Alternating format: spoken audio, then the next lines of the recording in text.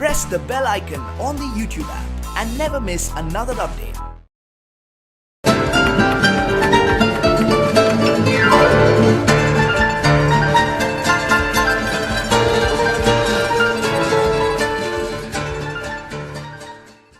Hi friends, నా పేరు చందు. మీరు చూస్తున్నారు SA Telugu exam. So friends, మనం ప్రీవియస్ వీడియోస్లో అన్నింటిలో మనం ఫార్ములాస్ నేర్చుకుంటున్నాం కదా. సో ఇలా మనం ఏంటంటే ఈ లాజికల్ ఫంక్షన్స్లో కొన్ని ఫార్ములాస్ ఉన్నాయి. సో ఆ ఫార్ములాస్ నేర్చుకుందాం. బేసిక్గా లాజికల్ ఫంక్షన్స్ చూసుకుంటే మీరు అండ్, ఆరు, నాట్ ఇలా 3 ఫంక్షన్స్ ఉన్నాయి. సో ఈ 3 ఫంక్షన్స్ గురించి మనం ఈరోజు నేర్చుకుందాం. బేసికల్గా ఈ నేర్చుకునే ముందు నేను మీకు ఒక చిన్న డెమో ఇస్తాను చూడండి. ఫస్ట్ మనకి ఇక్కడ 2 వాల్యూస్ ఉన్నాయి. ఏంది, మన కంప్యూటర్కి అర్థమయ్యే లాంగ్వేజ్లో మనకి 2 ఉన్నాయి నెంబర్స్. అది ఏదర్ 1 అయినా ఉండాలి, లేకపోతే 0 అయినా ఉండాలి. ఓకేనా. మనం ఈ లాజికల్ ఫంక్షన్స్ నేర్చుకునే ముందు ఇక్కడ మీరు చూస్తే మీరందరూ 10th క్లాస్లో వచ్చుంటాయి. మీకు టేబుల్స్ వచ్చుంటాయి, ట్రూత్ టేబుల్స్ అంటారు వీటిని. సో ఈ ట్రూత్ టేబుల్స్ని మీకు ఆల్రెడీ లోయర్ క్లాసెస్లో మీరు నేర్చుకుంటారు. ఇప్పుడు సపోజ్ మీరు 10th క్లాస్లో వచ్చుంటాయి, అదేవిధంగా ఇంటర్మీడియట్లో ఫిజిక్స్లో వచ్చుంటాయి. నెక్స్ట్ అదేవిధంగా మీకు బీటెక్లో కూడా మీకు దీని మీద సబ్జెక్టే ఉంది. ఇప్పుడు STLD అని చెప్పేసి సబ్జెక్టే ఉంది. మనం టెక్నికల్గా మాట్లాడుకుంటున్నాం కాబట్టి సో సి ప్రోగ్రామ్లో కూడా మనకి ఏంటంటే సి ప్రోగ్రామ్ నేర్చుకునేటప్పుడు మనకి ఇది స్టార్టింగ్ ఫండమెంటల్ బేసిక్స్లో వస్తుంది అనమాట. అంటే మనకి లాజికల్ ఆపరేటర్స్ అని చెప్పేసి వస్తుంది. సో అక్కడ మనం నేర్చుకుంటాం యాక్చువల్గా దీని గురించి. అయితే నేను మీకు ఆ యొక్క 3 ఫంక్షన్స్ గురించి చెప్పే ముందు ఇక్కడ చూడండి, 0 అయితే ఫాల్స్ అని అనుకుందాం, అదేవిధంగా 1 అయితే ట్రూ అనుకుందాం. ఓకేనా. ఇది మీరు అనుకోండి, జస్ట్ అజంప్షన్ ఇది అనుకోండి. దాని తర్వాత ఫస్ట్ చూడండి, మనకి ఇక్కడ ఎక్సెల్ షీట్లో ఫస్ట్ ఫార్ములా ఏంది మనకి and. So and function use చేయాలి అంటే మనకి అవుట్పుట్ ఏమొస్తుందో ఫస్ట్ తెలియాలి కదా. సో దానికోసమే నేను ఏం చేశానంటే చూడండి, ఇక్కడ మనకి అండ్ టేబుల్ అనేది నేను ఇక్కడ రాశాను. ఇది ట్రూత్ టేబుల్ అంటారు. సో అండ్కి సంబంధించి అండ్ ఫంక్షన్కి సంబంధించింది. నేను మీకు ఇప్పుడు ఎక్సెల్ షీట్లో ఈ ఫార్ములాను యూజ్ చేయాలి అంటే మనం ఏదన్నా 2 నెంబర్స్ని తీసుకోవాలి, రైట్. సో నేను ఆ నెంబర్స్ నేను ఎలా డిఫైన్ చేశానంటే ఈ ఏ అనేది ఒకటి డిఫైన్ చేశాను, బి అనేది ఒకటి డిఫైన్ చేశాను. అంటే ఏ అనేది ఒక నెంబర్, బి అనేది ఒక నెంబర్. సో అండ్ ఫంక్షన్ మనకి ఏం డెరైవ్ చేస్తుందంటే ఇక్కడ చూడండి, దీంట్లో ఇప్పుడు మనం ఏమనుకున్నాం ఇందాక ప్రీవియస్లీ, ఒక వాల్యూని 0ని ఫాల్స్ అనుకున్నాం, 1ని ట్రూ అనుకున్నాం కదా. ఇప్పుడు చూడండి, ఇక్కడ మనకి ఈ యొక్క టేబుల్ని బేస్ చేసుకుని ఈ టేబుల్ని నేను డెరైవ్ చేస్తాను. చూడండి ఎలా అంటే, ఒక వాల్యూ 2 వాల్యూస్ ట్రూ అయ్యాయి అనుకోండి, ఆటోమేటిక్గా రిజల్ట్ అనేది ట్రూ అవుతుంది. దాంట్లో ఒక వాల్యూ అయినా ఫాల్స్ అయింది అనుకోండి, రిజల్ట్ అనేది ఫాల్స్ అవుతుంది. ఇప్పుడు చూడండి, నాకు ఫస్ట్ టేబుల్లో ఇక్కడ 1 ఉంది, అంటే 1 అనేది 2 ట్రూయే కదా. సో అందుకని రిజల్ట్ ట్రూ అయింది. నెక్స్ట్ దాంట్లో చూడండి, ఇటుపక్క ఏ వాల్యూ 1 ఇచ్చాను, బి వాల్యూ 0 ఇచ్చాను. 0 మనకి ఇక్కడ ఫాల్స్ కదా, అంటే మనకి ఇక్కడ ఒక వాల్యూ ట్రూ అయింది, ఒక వాల్యూ ఫాల్స్ అయింది. సో అప్పుడు మనకి రిజల్ట్ ఏమొస్తుంది, ఫాల్స్ వస్తుంది. సో ఇది మనకి అండర్ ఫంక్షన్ డెరైవ్ చేస్తుంది. అదేవిధంగా నేను ఇక్కడ మీకు చూపిస్తాను, ఎగ్జాంపుల్స్లో చూద్దాం. సో ఇక్కడ నేను = మెన్షన్ చేసి, సో మనకి అండర్ ఫంక్షన్ తీసుకుని ట్యాబ్ క్లిక్ చేసి ఇక్కడ నేను 0,1 ఇచ్చేసి క్లోజ్ బ్రేస్ ఇచ్చి ఎంటర్ క్లిక్ చేసిన. చూడండి, ఫాల్స్ అయింది. అంటే దాని అర్థం ఏంటి, ఒక వాల్యూ ఫాల్స్ అయింది, ఒక వాల్యూ ట్రూ అయింది. అంటే మన రిజల్ట్ ఏమొస్తుంది, ఫాల్స్ వస్తుంది. నెక్స్ట్ అదేవిధంగా చూడండి, = మెన్షన్ చేసి నేను అండ్ ఫంక్షన్ తీసుకొని ట్యాబ్ క్లిక్ చేసి ఇప్పుడు నేనేం చేస్తున్నాను అంటే 23,11 అని ఇచ్చేసి క్లోజ్ బ్రేస్ ఇచ్చి ఎంటర్ క్లిక్ చేస్తున్నాను.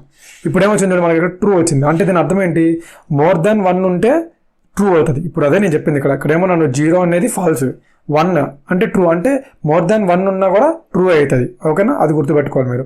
ఓకేనా. ఇప్పుడు నేను కింద వాల్యూస్ ఏమి ఇచ్చాను, 23,11 ఇచ్చాను, అంటే 2 కూడా >1 కాబట్టి ట్రూ వచ్చింది. నెక్స్ట్ అలాగే ఇంకోటి కూడా చూపిస్తాను చూడండి, = మెన్షన్ చేసి అండ్ ఫంక్షన్ తీసుకొని ట్యాబ్ క్లిక్ చేసి ఇక్కడ నేను 0,0 ఇచ్చి క్లోజ్ బ్రేస్ ఇచ్చి ఎంటర్ క్లిక్ చేస్తున్నాను. చూడండి, ఫాల్స్ అయింది. అంటే మనకి ఇక్కడ ఒక ఫంక్షన్ ఆల్రెడీ ఫాల్స్ అయింది. సో మనకు 2 వాల్యూస్ కూడా ఫాల్స్ ఉన్నా కూడా ఆటోమేటిక్ రిజల్ట్ అనేది కూడా ఫాల్స్ అవుతుంది. ఓకేనా. నెక్స్ట్ ఆర్ ఫంక్షన్ ఏం డిరైవ్ చేస్తుందంటే ఏ ఒక్క వాల్యూ ట్రూ అయినా రిజల్ట్ అనేది ట్రూ అవుతుంది. ఓకేనా. ఇప్పుడు చూడండి, ఫర్ ఎగ్జాంపుల్ ఇక్కడ మనకి ఇక్కడ 1 ఉంది కాబట్టి 2 ట్రూ కాబట్టి ట్రూ అయింది రిజల్ట్. నెక్స్ట్ సెకండ్ కాలంలో చూడండి, మనకి ఇక్కడ 1 ఉంది, అలాగే ఇక్కడ 0 ఉంది. ఓకేనా, ఇక్కడ 1 ఉంది, అదేవిధంగా ఇక్కడ 0 ఉంది. ఓకేనా. ఇప్పుడు మన రిజల్ట్ ఏమైందంటే ఒక వాల్యూ అనేది మనకి ట్రూ అయింది కదా, అందుకని మన రిజల్ట్ కూడా ట్రూ అయింది. ఓకేనా. నెక్స్ట్ ఇక్కడ చూడండి, నెక్స్ట్ థర్డ్ కాలంలో మనకి ఫస్ట్ వాల్యూ 0 ఉంది, సెకండ్ వాల్యూ 1 ఉంది. అప్పుడు మనకి రిజల్ట్ ఏమవుతుంది అంటే ఒక వాల్యూ ట్రూ ఉంది కదా ఇక్కడ ఆల్రెడీ, అందుకని మన రిజల్ట్ కూడా ట్రూ అవుతుంది. ఓకేనా. నెక్స్ట్ ఇక్కడేమో 2 ఫాల్స్ ఉన్నాయి కాబట్టి ఆటోమేటిక్గా మనకి రిజల్ట్ అనేది కూడా ఫాల్స్ అవుతుంది. ఓకేనా, ఈ విధంగా. సో మనం ఎక్సెల్ ట్యాబ్లోకి వెళ్ళిపోతే ఇక్కడ చూడండి, = మెన్షన్ చేసి ఆర్ ఫంక్షన్ తీసుకొని ఇక్కడ నేను 11,0 ఇస్తున్నాను, క్లోజ్ బ్రేస్ ఇచ్చి ఎంటర్ క్లిక్ చేస్తున్నాను. ఇక్కడ మనకి 11 అనేది గ్రేటర్ దాన్ 1, అంటే దీనిలో మనకి ఒక వాల్యూ అనేది ట్రూ అయింది కాబట్టి రిజల్ట్ అనేది కూడా ట్రూ అవుతుంది. ఓకేనా. నెక్స్ట్ అదేవిధంగా ఈక్వల్ టు మెన్షన్ చేసి ఆర్ ఫంక్షన్ తీసుకొని ట్యాబ్ ఇచ్చి 0,0 ఇస్తున్నాను, క్లోజ్ బ్రేస్ ఇచ్చి ఎంటర్ క్లిక్ చేస్తున్నాను. ఫాల్స్ అయింది చూసారా, అంటే మనకి ఇక్కడ 2 వాల్యూలోనే ఫాల్స్ అయింది. సో అందుకని రిజల్ట్ అనేది ఫాల్స్ అవుతుంది. ఓకేనా. నెక్స్ట్ అదేవిధంగా ఇక్కడ చూడండి, నేను ఈక్వల్ టు మెన్షన్ చేసి ఆర్ ఫంక్షన్ తీసుకొని ట్యాబ్ క్లిక్ చేసి ఇక్కడ 1,1 ఇస్తున్నాను, క్లోజ్ బ్రేస్ ఇచ్చి ఎంటర్ క్లిక్ చేస్తున్నాను. ఆటోమేటిక్గా రిజల్ట్ అనేది ట్రూ అయింది మనకి ఇక్కడ మీరు చూస్తే. అంతే కదా, మనకి ఒక వాల్యూ అనేది మనకి ట్రూ అయింది కదా, అంటే 2 వాల్యూస్ ట్రూ ఉన్నా ట్రూ అవుతుంది. ఓకేనా. Next not. ఈ నాట్ ఫంక్షన్ ఏంటంటే ఇక్కడ మీరు చూస్తే నాట్ ఫంక్షన్ అనేది రివర్స్ ఆపరేషన్ అనమాట. ఈ అండ్కి నాట్కి, ఈ అన్ ఫంక్షన్కి నాట్ ఫంక్షన్కి ఉన్న రివర్స్ ఆపరేషనే ఈ నాట్ ఫంక్షన్ అనమాట. ఇప్పుడు చూడండి, అంటే ఇప్పుడు నేను చూడండి, ఇప్పుడు ఇక్కడ ట్రూ అయిందని కదా, ఇక్కడ ట్రూ అయింది కదా, మనకు రిజల్ట్ ట్రూ అయింది.